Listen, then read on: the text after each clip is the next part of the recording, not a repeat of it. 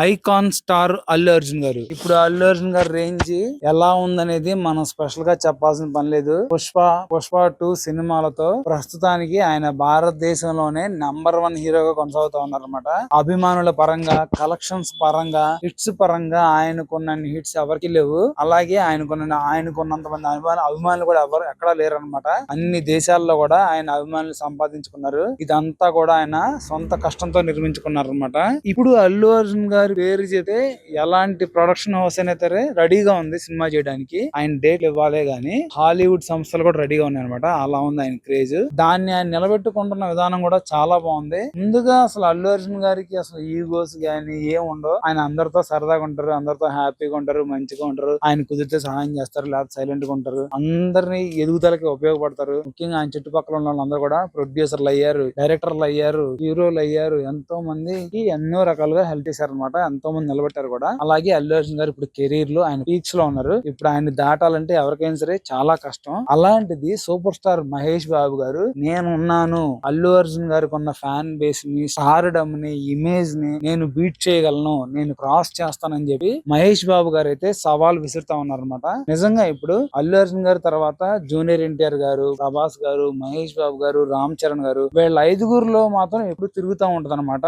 ఒకళ్ళ ముందు ఒకళ్ళ వెనక అనేది. వీళ్ళందరికీ ఛాన్స్ ఉంది బాగా పైకి రావడానికి. అయితే ప్రస్తుతానికైతే మహేష్ బాబు గారు మాత్రం నేను ఖచ్చితంగా ఐకాన్ స్టార్ ని బీట్ చేస్తానని చెప్పి సవాల్ విసురుతా ఉన్నారు. ఎందుకంటే ఇప్పుడు ఆయన ఎస్ఎస్ రాజమౌళి గారితో సినిమా చేస్తా ఉన్నారు. ఆ సినిమాకి SSMB 29 అని వర్కింగ్ టైటిల్ తో సినిమా అయితే జరుగుతూ ఉందన్నమాట.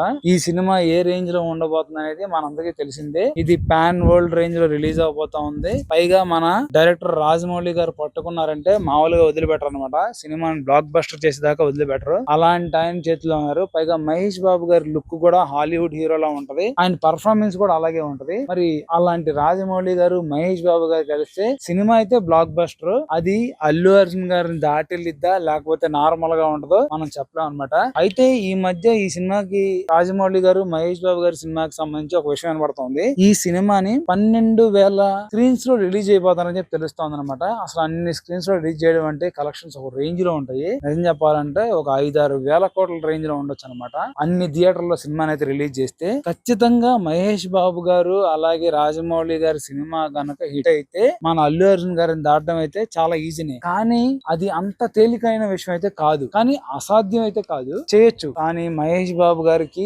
చాలా లిమిటెడ్ ఇష్యూస్ ఉంటాయి. అంటే ఆయన మాస్ గా ఉండలేరు. అలాగే మాస్ లో అంత పెద్ద ఫ్యాన్ బేస్ లేదు. ఇది ఒక పెద్ద మైనస్ మహేష్ బాబు గారు. ఆయనకి ఏంటంటే క్లాస్ పీపుల్, మంచి యూత్ అలా ఉంటారు తప్పితే పర్ఫెక్ట్ మాస్ బేస్ లేదనమాట. మాస్ ఇమేజ్ ఆయనకి లేదు. ఆయనంతా కూడా కొంచెం ఫ్యామిలీ టైప్ అలా ఉంటది. అయితే అలాంటి ఇమేజ్ తో మహేష్ బాబు గారు అల్లు అర్జున్ దాటాలంటే కొంచెం కష్టమే. కాకపోతే రాజమౌళి గారి సపోర్ట్ ఉంది కాబట్టి కొంచెం ఛాన్సెస్ అయితే ఉన్నాయి. కాకపోతే మనం కూడా పోటీ పడాలి. మనం కూడా ట్రై చేస్తేనే కదా ఇద్దరు తెలిసేది. అయిందనుకో హ్యాపీ, ఓపెన్ ఓకే, మనోడే పైన ఉంటాడు, దానికి పెద్ద మ్యాటర్ ఉంది. కానీ మహేష్ బాబు గారు ధైర్యం చేసి నేను ఇలాగా పుష్పరాజుని అయితే దాటతానని చెప్పి సవాల్ వేసడం మాత్రం గొప్ప విషయం చెప్పుకోవచ్చు. ఎందుకంటే అల్లు అర్జున్ గారిని ఇప్పుడున్న టైంలో చేయడం ఎవరి వల్ల కాదు. అసలు ఆ మాట అనాలన్నా సరే చాలా భయపడతారు అనమాట. కానీ మహేష్ బాబు గారు కాబట్టి అనగలిగారు. చూద్దాం మరి ఆయన సినిమా రిలీజ్ అయ్యాక ఎలా ఉంటుందో.